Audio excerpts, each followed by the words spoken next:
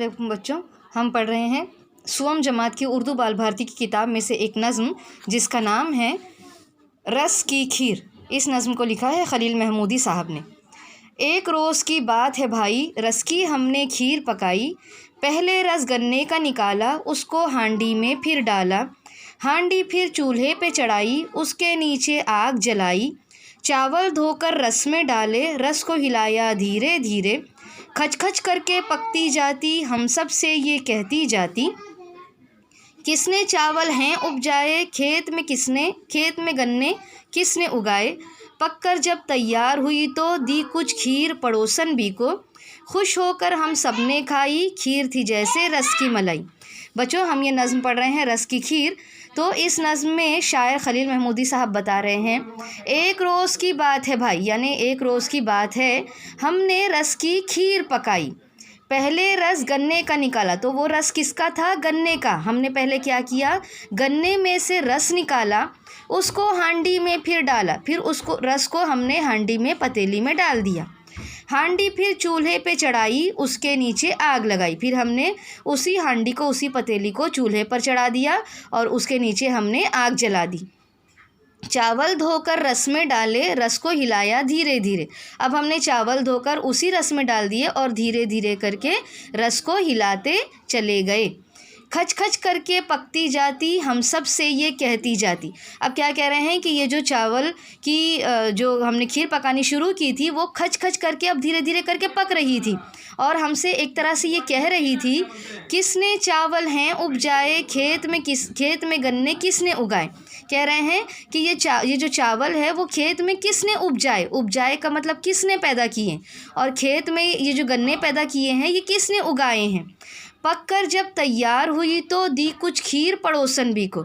अब जब यही खीर पक कर तैयार हो गई तो हमने थोड़ी सी खीर पड़ोसन भी को भी दे दी। खुश होकर हम सब ने खाई, खीर थी जैसे रस की मलाई। फिर उस रस की खीर को हम सब लोगों ने खुश होकर खा ली। क्यों हम इतने खुश थे? क्योंकि वो खीर जैसे रस की मलाई थी, बहुत ज़्यादा लजीज, बहुत ज़्यादा जायकेदार थी। तो इस तरह से गन्ने के रस की हमने खीर पकाई और ये खीर बहुत ज़्यादा अच्छी बन गई थी। बच्चों, इसमें एक ही नया लफ्ज़ है उपजाना। उपजाना का मतलब है उगाना, पैदा करना। अब हम देखते हैं इसके सवाल जवाब। रस की खीर, एक जुमले में जवाब लिखो। किस चीज़ की खीर पकाई गई? खीर गन्ने के रस की पकाई गई। रस किस बर्तन में डाला गया? रस हांडी में डाला गया। खीर पकते वक्त कैसी आवाज़ आ रही थी? खीर पकते वक्त खच खच की आवाज़ आ रही थी। खीर किसको दी गई? खीर पड़ोसन बी को दी गई। एक और सवाल है, नज़्म पढ़कर खाली जगह में मुनासिब लफ्ज़ लिखो। रस की हमने खाली जगह पकाई, जवाब आएगा खीर। पहले रस खाली जगह का निकाला, जवाब है गन्ने। पहले रस गन्ने का निकाला। चावल धोकर खाली जगह में डाले, जवाब है रस। चावल धोकर रस में डाले। खीर थी जैसे रस की खाली जगह, जवाब आएगा मलाई।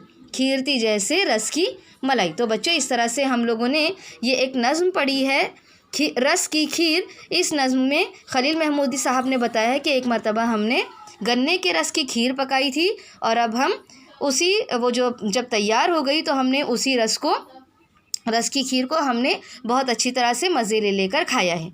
बच्चों देखो, ये एक तस्वीर बनी है। इस तस्वीर में ये औरत बैठकर खीर पका रही है, पास ही 2 गन्ने रखे हैं। यहाँ पर पड़ोसन भी खिड़की में से झांक रही है। तो बच्चों, इस तरह से हमने आज ये लेसन पढ़ा है रस की खीर। इस एक लेसन के ज़रिए भी खलील महमूदी साहब ने हमको ये सोचने के लिए मजबूर किया है, ये एक सोचने की तरगीब दी है कि जो खेत में चीज़ें पैदा होती है, किसान तो सिर्फ़ एक वसीला है बीज को बोने का, लेकिन उस बीज में से जो फसल पककर तैयार होती है, अनाज निकलता है, वो अनाज जो है वो अल्लाह ताला उगाते हैं।